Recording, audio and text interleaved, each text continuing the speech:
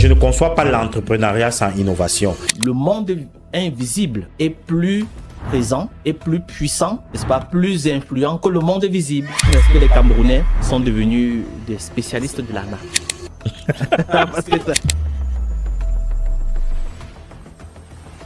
Bienvenue dans cette nouvelle chaîne que nous voulons lancer. Oui. Avec le support des auditeurs, de tous les collègues. Oui, absolument. Bienvenue à tout le monde. Bienvenue. Merci Stéphane, de prendre comme ça la parole pour souhaiter la bienvenue à tous les multiples personnes qui vont nous écouter. Oui, nous sommes sur une nouvelle plateforme, la première pierre de lancement, effectivement, de cette plateforme. Aujourd'hui, ce vendredi. Alors Stéphane, quelles sont les thématiques que nous allons aborder comme ça tout au long? Bon, les thématiques seront très intéressantes. L'une des thématiques principales, ce sera de parler de géopolitique. Oui. Oui, parce que c'est un thème qui nous passionne, c'est un thème qui passionne les Africains. Absolument. De voir Absolument. la dynamique entre les pays, les relations diplomatiques, oui, n'est-ce pas? Surtout, comment est-ce que cela peut bénéficier les Africains. Très bien. Nous avons une longue histoire concernant le colonialisme et effectivement la présence de la France en Afrique subsaharienne et puis les autres puissances aussi internationales, comment est-ce qu'elles agissent sur le continent et l'impact que cela a sur la vie des uns et des autres. N'est-ce pas? Nous pouvons ressentir ça, n'est-ce pas, véritablement dans notre propre chair. Absolument. Nous pouvons effectivement, permets-moi comme ça, d'emboîter le pas. Nous pouvons, nous, la diaspora, raison pour laquelle effectivement, je crois, nous avons décidé comme ça de baptiser cette chaîne du nom de la diaspora africaine. Stéphane. La diaspora africaine. Oui. Voilà, donc c'est on va dire une innovation dans ce sens-là. Nous n'ignorons pas qu'il y a beaucoup de frères qui ont aussi des chaînes YouTube qui marchent très bien. Oui. Mais nous voulons apporter notre grain dans toutes ces discussions, dans tous ces débats publics qui est en train de se faire sur YouTube, apporter notre réflexion pour dire que la diaspora africaine est au centre et au cœur de ce que nous voulons communiquer, de ce que nous voulons débattre avec les uns et les autres. Oui, bien sûr. La diaspora, vraiment comme tout le monde le sait, effectivement, cette frange de la population africaine qui vit hors du continent africain, oui, que ce soit en Asie, aux États-Unis, en Amérique du Sud ou du Nord, bien sûr, un tout petit peu partout dans le monde, hors de l'Afrique, bien sûr. Oui, cette diaspora-là qui est le cœur dans beaucoup d'exemples des États qui se sont développés aujourd'hui, qui sont l'un des moteurs, disons comme ça, du développement des pays respectifs. Nous avons le cas le plus emblématique, Stéphane, le cas de la diaspora israélienne qui a fait d'Israël l'État central qu'est Israël aujourd'hui en termes de développement et surtout de puissance, disons comme ça. Tout à fait. Bon, la diaspora israélienne, c'est l'un des meilleurs exemples qu'on peut prendre dans ce sens. Un autre exemple, ce serait la diaspora indienne. Par exemple. Très puissante, très présente. Et tout, et puis c'est vraiment des choses sur lesquelles nous pouvons nous inspirer. Oui. Donc, nous pouvons nous inspirer. On peut parler même de la diaspora chinoise, etc. Là, je crois que c'est le grand niveau, c'est la Ligue des champions des diasporas aussi. Il faut le dire, surtout du contemporain, parce que la diaspora israélienne, effectivement, juive, disons comme ça, c'est une histoire qui n'est pas très récente, mais la Chine, on l'a vu, je vais dire, le contemporain a vu la Chine émerger puissamment et devenir aujourd'hui, selon certains, la première puissance économique ou alors la deuxième en fonction de emballotage entre Chine et États-Unis. Mais dans tous les cas, côtoyer au même niveau les États-Unis grâce à une diaspora qui n'est pas sortie n'importe comment. Tout était question de stratégie. Tout était question de stratégie, tout était organisé. Tout était discipliné, n'est-ce pas? Je me rappelle quand j'étudiais dans une ville ici en Allemagne, on partageait l'immeuble, le campus avec les Chinois. Mais lorsqu'il fallait faire des annonces, ça dit, je cherche une chambre ou bien je cherche de l'aide par rapport à ci ou à ça, je cherche du travail. Mais les gars, ils écrivent en chinois. Absolument. Tu as tout à fait raison, oui. Effectivement, j'ai été aussi témoin de cette manière de faire des Chinois. Bien qu'ils ne soient pas chez eux, bien sûr, ils utilisent leur langue, effectivement, pour communiquer. Et c'est une stratégie, hélas, qui n'est certes pas, du point de vue communautaire étrangère la meilleure, mais au vu sous la perspective chinoise, ça c'est une puissance, c'est très fort. Ça les aide comme ça à entretenir le secret entre eux et forcément de pouvoir avancer entre eux, bien qu'on ne soit pas chez soi. Oui, Stéphane, effectivement, nous parlions du nom de la chaîne, de cette nouvelle plateforme YouTube, bien sûr, la diaspora africaine. Lorsque nous parlons de diaspora africaine, forcément, nous allons élaborer, nous allons étudier, nous allons étayer beaucoup d'aspects de l'Afrique et nous allons, entre autres, tu as parlé de géopolitique tout à l'heure, l'Afrique dans la globalisation, nous allons parler effectivement des faits sociaux sur le continent africain et particulièrement l'Afrique d'expression française au sud du Sahara, ces États-là. Tout à fait. Donc, ce sont des États qui sont en proie à beaucoup de phénomènes sociaux, à beaucoup de phénomènes communautaires, beaucoup de phénomènes même de santé, de spiritualité. Et ainsi de suite. Mais un point qui t'intéresse aussi, je le sais, dans nos conversations, c'est la drogue. Oui. La drogue, pourquoi est-ce que c'est quelque chose qui te tient à cœur autant? Oui, vraiment, moi j'estime que, hélas, la drogue est une arme utilisée depuis la nuit des temps dans différents domaines, bien sûr. Le domaine militaire, les guerres. Dans les guerres, la drogue est utilisée effectivement pour stimuler, pour rendre les soldats qui vont au combat hors de la possession de toute leur intégrité spirituelle, disons comme ça, afin de commettre des exactions énormes dans le camp adverse.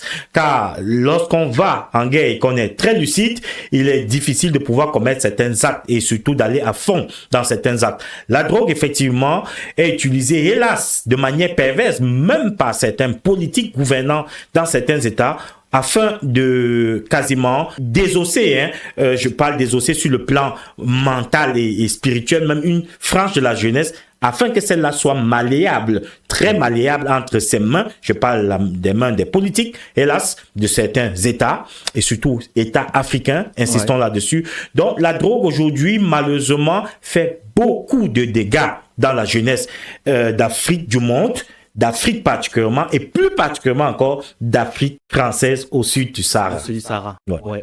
En fait, ça, c'est un thème vraiment assez gigantesque, parce que on peut s'appuyer sur, on va dire, la diaspora africaine en Amérique, parce que les Noirs américains, ce sont nos frères, ce sont nos cousins, et puis on a de très gros exemples, comment est-ce que la drogue sévit, n'est-ce pas, dans ces communautés-là particulièrement. Et pourquoi est-ce que la drogue, peut-être comme phénomène, épargne d'autres communautés? Vraiment très intéressant à observer. Mais venons-en à un sujet un peu plus actuel, Patrick, parce que tu n'es pas seulement un YouTuber, on va dire, mais tu es aussi un entrepreneur. Et nous avons sous la main... micro-entrepreneur, mais entrepreneur, disons comme ça. Bon, mais tu as quand même de l'expérience. Il y a une machine que tu as sur un appareil, un appareil, qui se vend, qui est connu dans plusieurs horizons. Et puis, donc, tu peux quand même porter cette casquette-là d'entrepreneur et donner peut-être un peu pour les frères et sœurs qui regardent ton avis sur un sujet qui brûle actuellement. Oui, Claudel, Claudel, notre frère Claudel, oui. Effectivement, l'entrepreneuriat, comme véritablement comme ça pour mes propos préliminaires, comme ça, propos liminaires autant pour moi, concernant cet aspect qu'est l'entrepreneuriat. Je tiens à rappeler, ça c'est mon point de vue bien sûr, ceci c'est ma conviction, je ne conçois pas l'entrepreneuriat sans innovation. Les deux vont de pair. Il n'y a pas d'entrepreneuriat sans innovation. Il faut innover, il faut donner une valeur ajoutée à un élément déjà existant pour parler d'entrepreneuriat en ce qui concerne effectivement le business. Or, sinon on fera simplement du commerce, on achète et on revend. Donc effectivement, je suis disciple de cette pensée-là qu'il n'y a pas d'entrepreneuriat sans innovation. Oui, parlant d'innovation, notre frère Claudel est dans une situation assez délicate parce que ayant été interviewé sur la chaîne Naya TV de notre cher journaliste Jean-Bruno Tanier, je crois. Jean-Bruno qui est allé de manière incisive en posant des questions tranchantes. Oui, face à cela, Claudel a essayé il a déjà reconnu plusieurs de ses fautes. Je ne le connais ni d'Adam ni d'Ève, je dois déjà le dire de prime abord. Nous ne nous connaissons pas, je ne le défends du tout pas, mais ayant suivi cette interview en tant qu'Africain lucide, sensé, bien sûr, après avoir écouté une interview pareille, il faut bien sûr aller faire certaines fouilles pour comprendre effectivement les tenants et les aboutissants. Donc c'est important, j'ai essayé de fouiller sur sa plateforme, écouter certaines vidéos antérieures à cette interview pour comprendre effectivement de quoi il s'agissait. Au fond, je n'ai pas pu forcément tout déceler, mais bien sûr, il a reconnu ses torts. Et en ce qui me concerne, le seul conseil comme ça, je donnerais en passant, on va aborder ce thème plus amplement, plus en profondeur, ce serait vraiment à nos frères et sœurs qui veulent se lancer dans l'entrepreneuriat à éviter absolument cette méthode entrepreneuriale qui consiste à lever les fonds. Parce que nous avons des États qui, sur la structure juridique, sont parfois même constitués, très constitués, solides, parce qu'il y a des lois et des lois solides, mais nous savons que dans beaucoup de nos États d'expression française au sud du Sahara, c'est véritablement un laisser-faire. Les lois sont quasiment des loisirs, comme disait un artiste camerounais, et ça devient un problème. C'est-à-dire qu'on ait des lois, mais qu'on ne mette pas en branle les lois dans des cas vraiment d'arnaque, de supposer arnaque, bien sûr, c'est très difficile. Donc moi, j'estime pour ma part que les levées de fonds ne doivent être faites dans un État, bien sûr, on parle des institutions, que sur la voie légale. Parce que chaque État encadre effectivement la levée de fonds de manière légale afin que si un actionnaire, un investisseur demain devrait perdre ses fonds parce que faillite, bien sûr, il pourrait recourir à des voies légales pour demander peut-être réparation. Et ça, c'est la légalité. Mais hélas, beaucoup le font sans cette voie. Et c'est dommage. Et c'est dommage, on y reviendra. Oui, on y reviendra. Forcément, on y reviendra. C'est un sujet qui intéresse beaucoup de personnes dans la diaspora parce que il y en a plusieurs parmi nous, malgré les diplômes qui ont été pris dans les universités, qui sont des entrepreneurs. Oui, bien sûr, bien sûr, il y en a beaucoup. Il y en a, du moins, en ce qui me concerne personnellement, comme ça, moi, j'ai développé, fabriqué un appareil que je vends à compte-gouttes. Il faut le dire sur les plateformes une plateforme comme eBay. Je le vends à compte-gouttes et j'ai décidé ainsi. C'est le modèle que j'utilise présentement parce que ça ne fait pas de moi, effectivement, j'ai pas de micro-entrepreneur parce que ça ne fait pas le gros vendeur, le gros producteur, le grand vendeur. Non, je me satisfais avec cette fréquence aussi faible qu'elle soit de vente, mais il est important véritablement pour nous Africains de comprendre que l'entrepreneuriat doit être fait dans un cadre légal et surtout, on n'entreprend pas pour arnaquer. Moi qui te parle, il y a en attendant bien sûr que la loi et la justice établissent les faits dans le cadre de notre frère Claudel Nobissi, on a eu un cas antérieur, toujours le Cameroun bien sûr, où vraiment c'est celui qui détient, je dirais comme ça, le titre mondial olympique de l'ANAC. Il s'agit effectivement de l'ANAC Lièvre-les-Mâles qui a été, pour le cas évoqué, ou alors médiatisé à grande échelle par un chef camerounais, Philippe Simo, sur sa chaîne Investir au pays. Oui, il a évoqué cela dessus à échelle grande. Et effectivement, moi qui te parle, je fus victime de Lièvre-les-Mâles. Or, il faut comprendre que véritablement, les victimes des arnaques de ce type ont des motivations variées et diverses. Beaucoup vont avec des motivations certaines. La raison principale, c'est d'investir et d'avoir du gain. C'est clair, c'est la base, c'est normal. Mais à côté de cela, il y a des gens qui investissent parce qu'ils voient un Africain qui élabore quelque chose, ou une collectivité, donc du commun, et se disent, OK, pourquoi pas risquer? Et véritablement, si ça marche, ça fera la fierté de l'Afrique tout entière. Parce qu'on comprendra, les Africains peuvent se mettre ensemble pour soulever les montagnes ou déplacer les montagnes. D'autres investissent simplement par naïveté, peut-être parce qu'un frère ou une sœur est venu convaincre. Donc, c'est quasiment... C'est une palette. C'est l'âge de Noé des émotions, des structures émotionnelles qui amènent les gens à investir. C'est un thème qu'on pourra à un moment donné avoir, de se dire, est-ce que les Camerounais sont devenus des spécialistes de l'arnaque? Parce que finalement, avec le temps, ça devient une marque déposée. Oui, c'est très grave. C'est très grave. Oui, c'est vrai, c'est vraiment énorme. Lièvre-les-Mâles a fait vraiment beaucoup de dégâts dans beaucoup de familles, même en Amérique du Nord, dans beaucoup de familles et partout. Et véritablement que ce genre de choses cesse.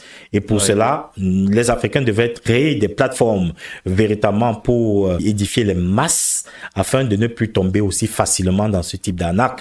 Ça doit s'arrêter car ça donne simplement une image, hélas, très négative. Tout à fait, tout à fait. Ouais. Donc, peut-être un dernier point dans cette vidéo, ce serait d'énoncer un thème qui nous tient aussi à cœur en ce qui concerne la spiritualité, la proximité de l'Africain au mystique ou bien à la question spirituelle. Ah oui, en général, absolument. C'est tout un phénomène de constater que l'Africain est câblé différemment. Oui.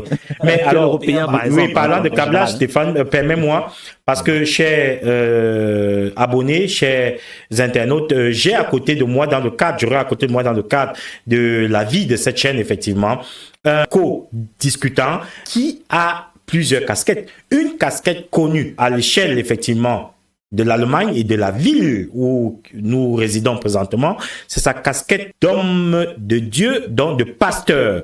Stéphane, tu es pasteur d'une église, d'une communauté chrétienne baptiste qui est à quasiment 95% constituée d'Allemands exclusivement, et on parle de centaines de personnes.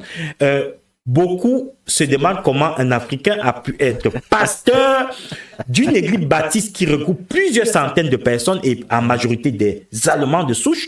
Mais alors, je veux dire, je t'écoute souvent dire, l'Africain est foncièrement spirituel. Oui. Vraiment, c'est pas l'objet du débat. Aujourd'hui, nous introduisons la chaîne, mais qu'est-ce que tu veux dire par là? Je veux dire par là que l'Africain, c'est quelqu'un qui voit au-delà de la réalité qui l'entoure. Okay. Donc, il n'interprète pas son environnement juste par des choses qui sont physiques, mais c'est quelqu'un qui a cela inscrit dans son ADN, qui a plus que le monde qu'il voit. Okay. Il y a plus que ça. Donc, pour l'Africain, par exemple, les morts ne sont pas morts. Je pense que ça, c'est une phrase qui est connue, mais une phrase qui est sous-estimée. C'est-à-dire que interpréter la société africaine sans cet axiome, on va dire sans cette devise-là, c'est mal comprendre, n'est-ce pas, la société africaine.